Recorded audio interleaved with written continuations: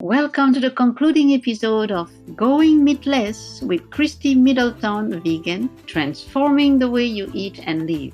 In her book, Christy shares tips and tricks to help people shift to the healthy, environmentally friendly vegan lifestyle.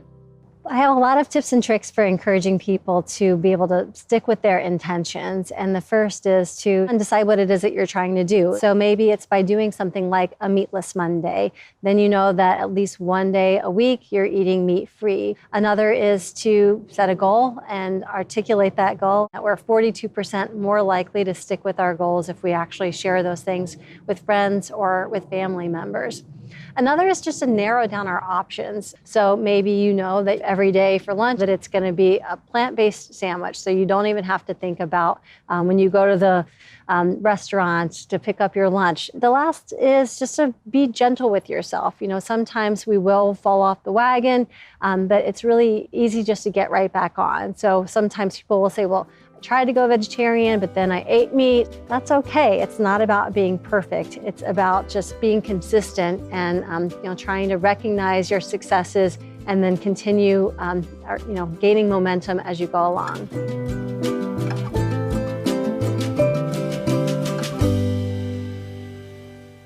According to David Simon's book, Meatanomics, the U.S. government spends $38 billion each year to subsidize the meat and dairy industries, but only 0.04% of that to subsidize fruits and vegetables.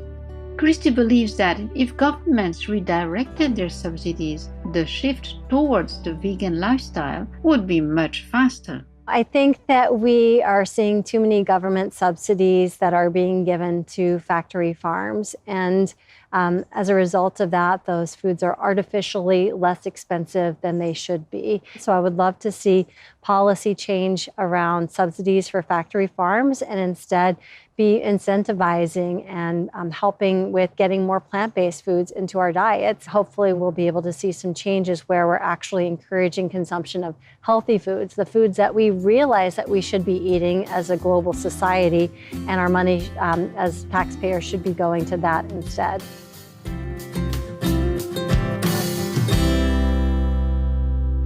To reveal the immense suffering of animals in factory farms and slaughterhouses, animal activists sometimes go undercover to film the conditions there. Christy greatly admires these people. I have so much admiration for the courage of people who go undercover to document the abhorrent living and dying conditions of animals on factory farms. Sometimes these people take jobs that can be very risky for their own safety, or where they have to witness reprehensible acts of cruelty, things that would really break your heart if you cared about animals. One of my dear friends, Josh Balk, worked on a chicken slaughter plant where he went in undercover and he was taught how to hang chickens up to put them through slaughter. And there he would unload birds from crates where he would then have to hang them up on shackles upside down. They're hung from their legs on shackles, and then they're taken off from that line to have be run through an electrified bath, which was supposed to render the birds unconscious before they were then sent off to slaughter. He's somebody who's done more work than anyone I know to help animals, but he felt like it was really important to go undercover so that he could document the conditions to be able to share with the world the way that these animals are treated. And so there are many people out there like Josh who have gone undercover to be able to share the brutal reality of our slaughterhouses and factory farms in hopes that we will make some reforms.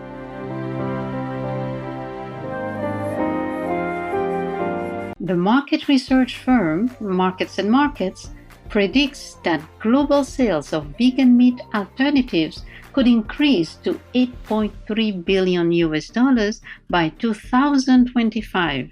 Christy believes this represents a tremendous opportunity for entrepreneurs. I think that entrepreneurship is critical. In order to change people's behavior, we need to give them more options.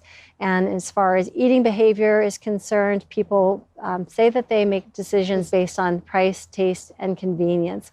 And so it's really critical that we have more entrepreneurs who are creating new products that are able to beat animal-based products on price, that of course taste phenomenal, and that are convenient. So they're easily accessible in the places that they tend to eat. And so we really need to see more entrepreneurs coming into this space to devise more such products.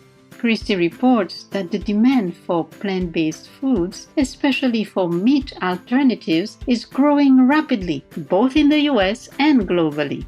We are seeing meat-free eating take on like no other time in history. Right now, we're seeing more than half of people in the United States saying that they want to eat more plant-based foods. So their projected consumption of plant-based alternatives like plant-based meat, eggs, and dairy are up in grocery stores. We're seeing so many more people who are going out and buying these plant-based alternatives to their favorite foods. And I think that's in part to the popularity of products like Beyond and Impossible, but also during COVID, people are getting more adventurous with the way that they want to eat. They're buying more in grocery stores than ever before, and so these products are taking off, and that's only projected to continue. Each year, we're seeing more and more growth in the category, and I expect that that's going to continue as we go along.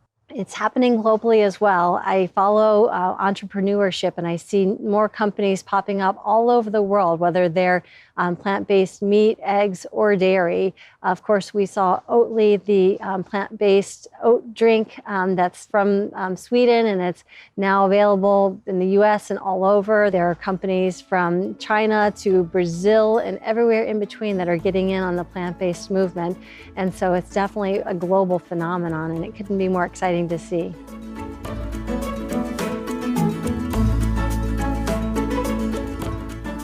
Christy encourages people to shift to the vegan lifestyle in whichever way suits them best. I've been vegan for 20 plus years, and it's been the best decision that I've made in my life. And as our friend Ken Chadwick, who is from American University, said, you have to just try it yourself. You won't know the benefits until you can actually experience them.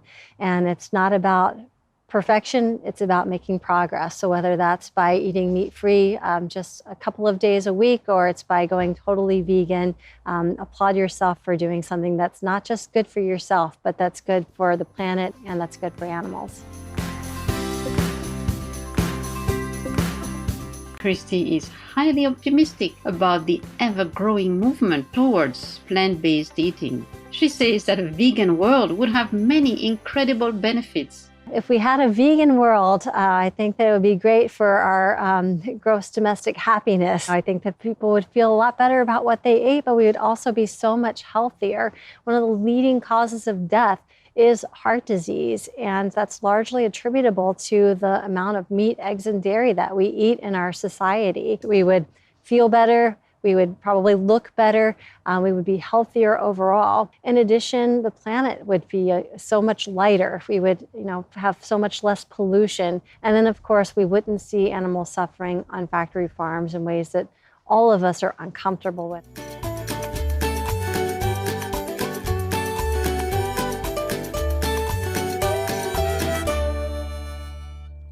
Supreme Master Ching Hai frequently reminds us of the environmental, health, and life-saving benefits of the vegan lifestyle.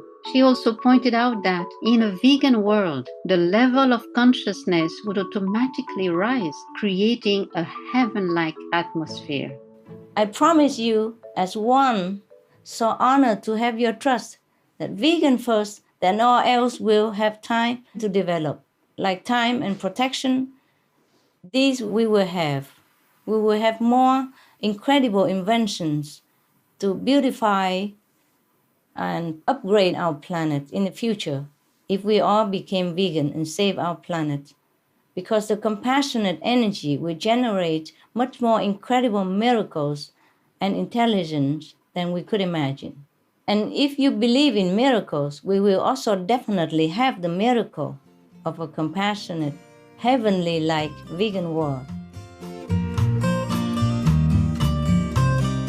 We are profoundly grateful to Supreme Master Ching Hai for sharing these fascinating insights. We pray that we soon live in a heavenly vegan world. As our interview with Christy draws to a close, she shares one final thought with our global audience. Be veg, go green. It's the single most important thing you can do to help animals. Many thanks, Christy Middleton, for your tireless efforts to protect the animals and the planet through the vegan lifestyle. We wish you much success in your future noble endeavors. For more information about Christy Middleton, please visit christymiddleton.com. Kind viewers, we appreciate your attentive presence for the final episode of our series.